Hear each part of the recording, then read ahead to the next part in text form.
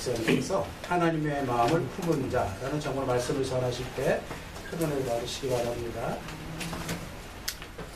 네, 반갑습니다. 예수사랑교회 김두일 목사입니다. 원래 예수사랑교회 우리 최경선 목사님이 담임하시던 교회, 제가 후임으로 예수사랑교회 담임을 맡게 되었습니다. 원래 우리 최경선 목사님 제 장인어른 되시고요.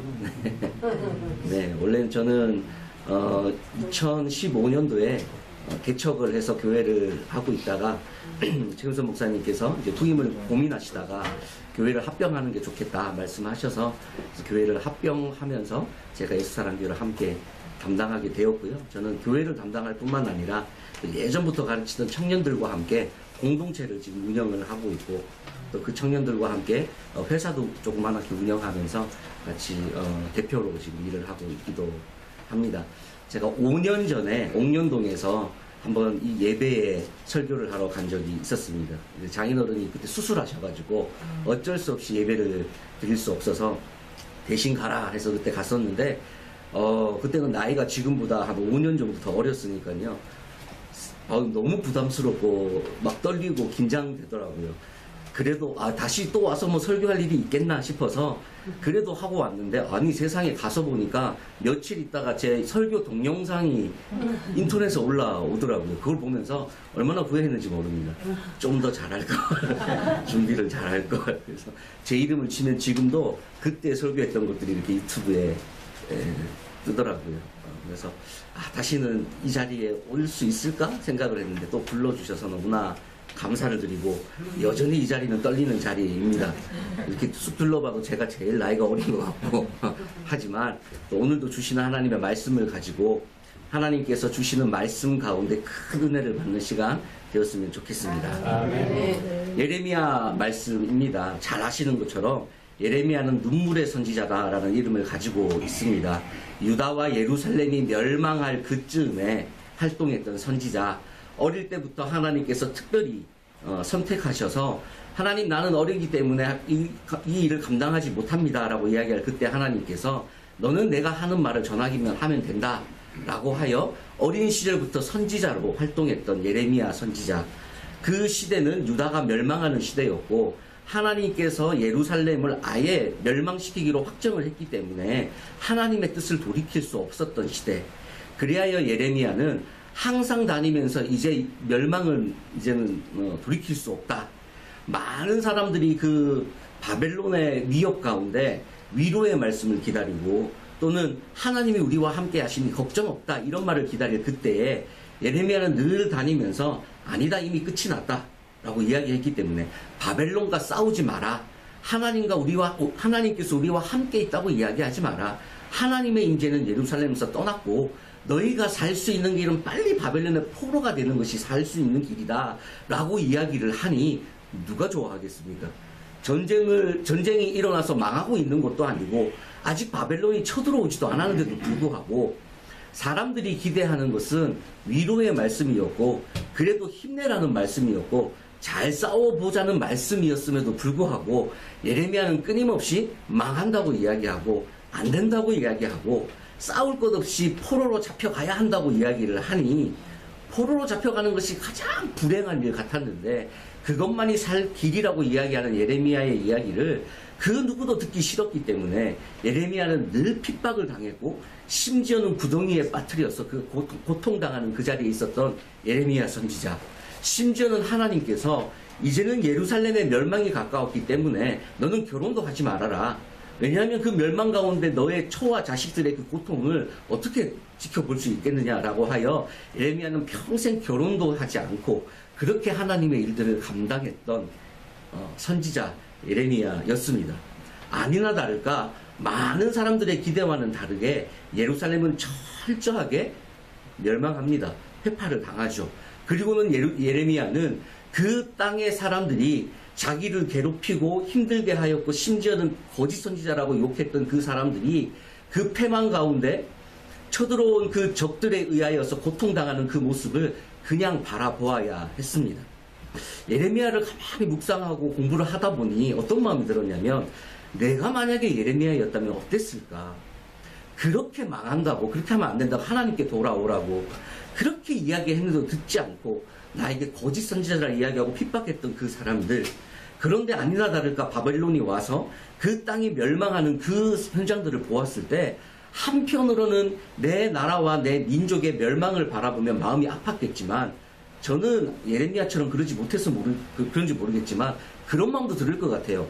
거 봐라, 내가 뭐라 그랬냐, 나를 괴롭히고 나를 힘들게 하더니 잘됐다 라고 하는, 여기 계신 분들은 그렇지 않겠지만 저는 아직 인격이 부족해서 그런 마음도 들지 않겠습니까? 심지어는 포로로 잡혀가는 가운데 이 예레미야는 하나님의 특별한 보호하신 가운데 놓아줍니다. 네가 어디를 가든지 너는 자유롭게 가라 라고 풀어주면, 저 같으면 그래 내 말 안 듣더니 아이고 나는 여기서 이제 끝이다, 내 갈 길을 갈 것 같은데, 예레미야는 그렇게 풀어주었음에도 불구하고 다시 그 멸망된 예루살렘으로 돌아가서 예레미야 애가라고 합니다. 뭐라고 이야기하냐면 이렇게 이야기합니다. 여호와의 분노의 매로 말미암아 고난을 당하는 자는 나다.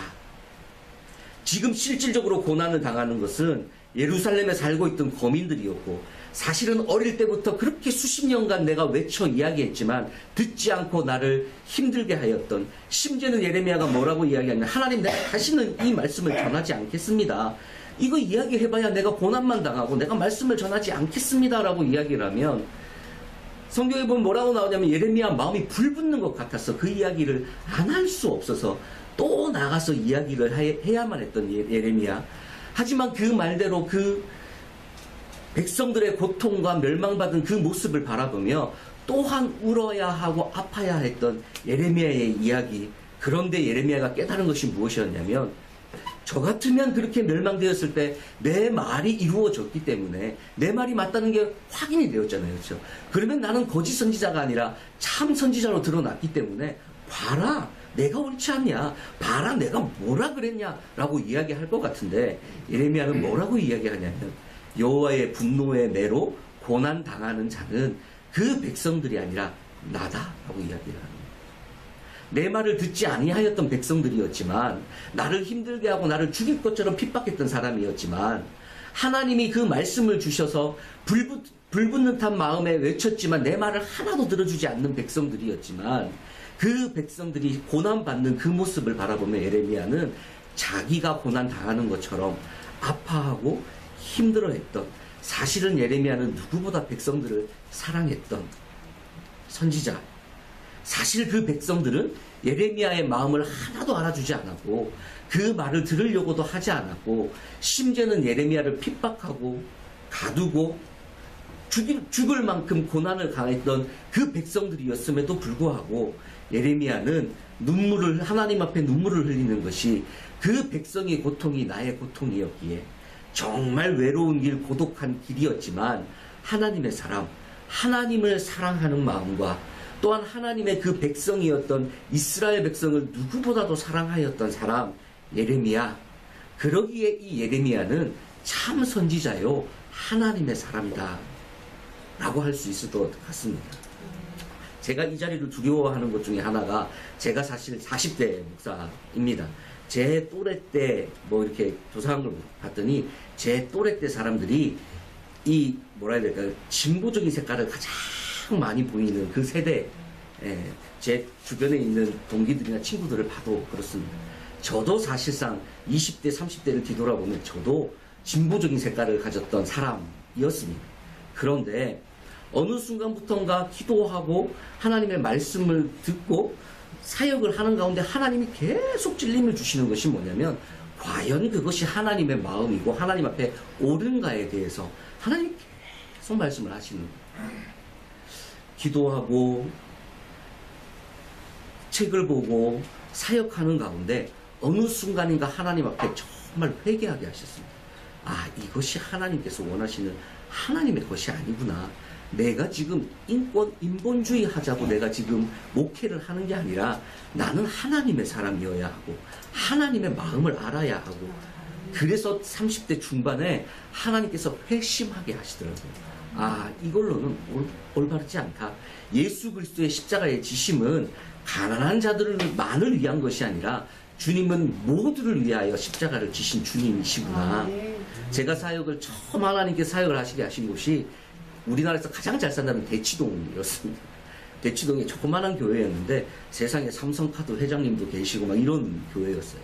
거기 사역하게 하시고 하나님이 그 다음으로 저를 사역하게 하신 곳이 수서라는 동네였는데 거기는 얼마나 가난한 사람들이 많든지 그 교회를 극과 극의 교회를 사역하게 하시면서 보게 하신 것이 뭐냐면 가난하다고 착한 것이 아니라 부자라고 해서 죄인인 것이 아니라 하나님 앞에 모두가 죄인임과 동시에 하나님은 모두를 사랑하신다는 철저하게 하나님의 사람이 되어야 하는구나. 예레미야의 아픔은 그런 것 같습니다. 철저하게 하나님을 사랑하였던 하나님의 사람이었지만 동시에 망할 수밖에 없는 내 민족, 내 백성, 내 나라이지만 그 나라를 뜨겁게 사랑하였던 사람 예레미야. 그리하여 오늘 본문에서 이 백성들이 당하는 이 고난은 하나님의 진노의 매는 이 백성들을 향하고 나는 말만 전한 사람이 아니라 이 매는 사실 나를 향한 것이구나.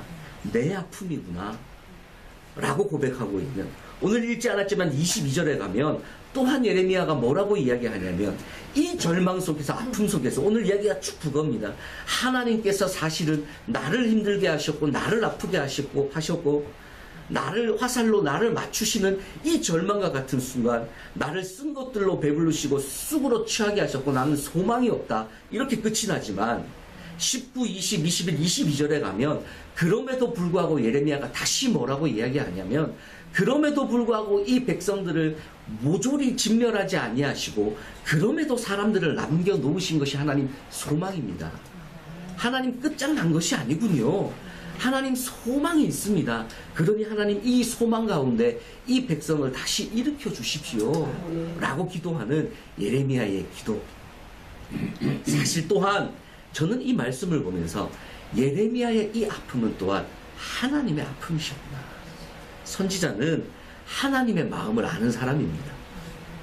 그 백성들을 징계할 수밖에 없었고 망하게밖에 할 수 없었던 그 하나님의 아픈 마음이 또한 이 예레미야의 마음이었고 동시에 이 예레미야는 그 하나님의 마음을 알았기에 왜 하나님께서 이 땅에 그럼에도 불구하고 그루터기와 같은 자들을 남겨놓으셨는가. 너무나 아픈 상한 소망이 없는 것처럼 보이지만 그럼에도 불구하고 오늘 나를 호흡하게 하시는 그 하나님께서 아직도 소망을 남겨놓으셨구나. 그러기에 하나님 처절한 이 절망 속에 소망을 바라봅니다. 하나님 회복시켜 주십시오. 라고 기도하는 믿음의 길을 간다고 하는 것은 외롭고 고독하지 않을 수 없는 길인 것 같습니다. 하나님의 길을 가고 하나님이 주신 사명의 길을 간다고 하는 것은 그것이 목회의 길이 되었든 저는 아까 말씀드렸잖아요. 이제 회사도 조그맣게 같이 운영하다 보니 사실 목회가 되었든 사업이 되었든 뭐가 되었든 상관없이 참 리더의 길을 가고 주신 사명의 길을 간다고 하는 것은 외롭고 고독한 길입니다. 예레미야가 걸어갔던 그 길이 외롭고 고독한 길이었지만 그의 사명은 하나님의 마음을 아는 것과 동시에 그 백성들을 끝까지 사랑하는 것.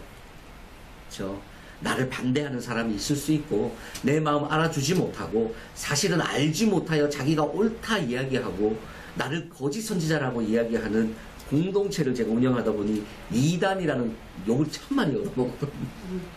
저는 총신대 신학과 나와서 총신대 신대원 나왔습니다. 그래서 정통 총을 나왔는데도 불구하고 조금만 다르면 사람들은 이상하다 이야기하고 이단이다 이야기하고 위험하다 이야기하고 막 그래요. 저희 장인어른도 처음엔 저보고 너 무슨 공동체를 한다 그러냐. 하나님이 세우신 공동체는 가정과 교회밖에 없다. 너 위험하다 이단이다. 그러셨는데 합병할 쯤에 생각이 바뀌셨어요. 저를 부르시더니 네가 옳았다 말씀하시며 합병하자 말씀하시더라고요. 그것과 같이 그 길 가는 것이 쉽지 않은 길이지만 동시에 하나님의 사람들이 품어야 할 마음은 나를 반대하는 사람도 나를 힘들게 하는 사람도 그럼에도 불구하고 하나님의 마음으로 품어야 하고 모든 사람이 죄인이기 때문에 이 죄인이라고 판단하는 것이 아니라 모두가 죄인이기에 그 죄인을 사랑하신 하나님의 마음으로 그들을 품고 사랑하는 것이 믿음의 사람이 가야 할 길이요. 또한 목회가 되었든 정치가 되었든 경제가 되었든 어느 분야에 있는 모두가 가야 할 믿음의 길이 아닌가 생각을 합니다. 그래서 전 잘 모르지만 여기 오신 분들은 그래도 제가 보기에는 사회에서 리더의 역할을 하실 분들이신데 그 하나님이 주신 처음에 마음 잃지 아니하고 누가 됐든 상관없이 사랑하고 품고 하나님의 마음으로 외롭고 힘들어도 누가 그 이야기 들어주지 않아도 하나님 주신 그 마음 붙잡고 그 사명 감당하여 하나님의 사람 되어지는 은혜가 우리 가운데 충만하시기를 소망합니다. 아멘. 네. 감사합니다. 찬송가 312장 통일찬송가 341장 부르시면서 준비한 명을 하나님께 드리시겠습니다. 너 하나님께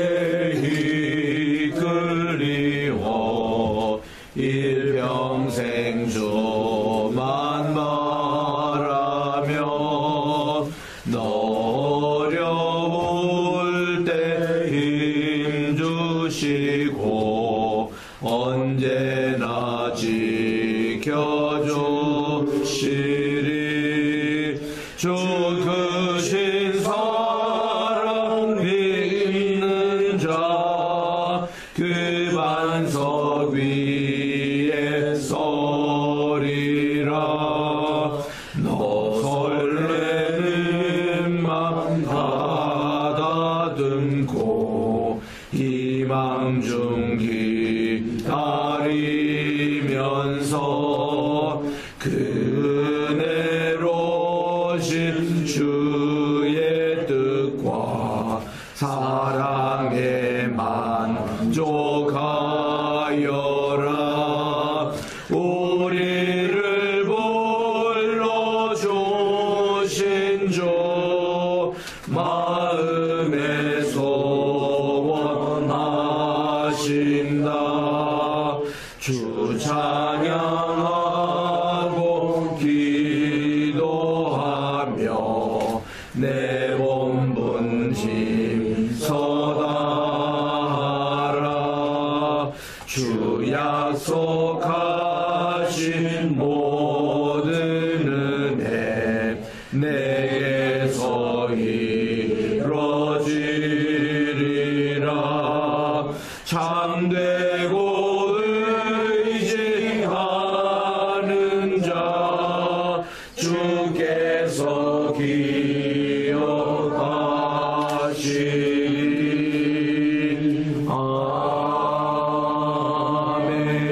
아멘. 7월의 첫 토요일 아침 예를 하나님께서 받으신 줄 믿고 감사와 영광을 돌려드립니다. 또 목사님께도 은혜로운 말씀 감사드립니다. 모두가 하나님의 마음을 품은 자로서 그것을 실천하는 우리 토요 공동체 모두 되기를 바랍니다. 아멘. 목사님께서 드려진 예물을 위해서 봉헌 기도하시고 축도함으로써 예배를 마치겠습니다. 하나님, 바쁜 일상을 뒤로하고 살아계신 하나님의 임재 앞에 나와 예배할 수 있는 은혜를 주심에 너무나 감사를 드립니다. 우리의 살아갈 수 있는 힘과 능력이 예배에 있고 하나님의 은혜에 있음을 믿사오니 하나님 오늘 주의 영으로 우리를 충만케 하여 주시옵시고 능히 어떠한 어려움도 뚫고 이길 수 있는 힘과 능력을 덧입혀 주시옵소서.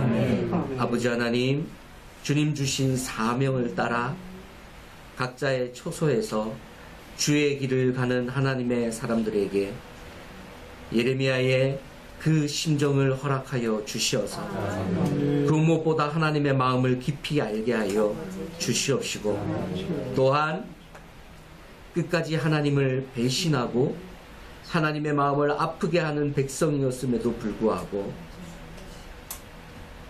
피눈물을 흘릴 만큼 사랑하시는 그 하나님의 마음을 알아 하나님 그 백성을 끝까지 사랑하는 그 마음을 우리에게 부어 주시옵소서.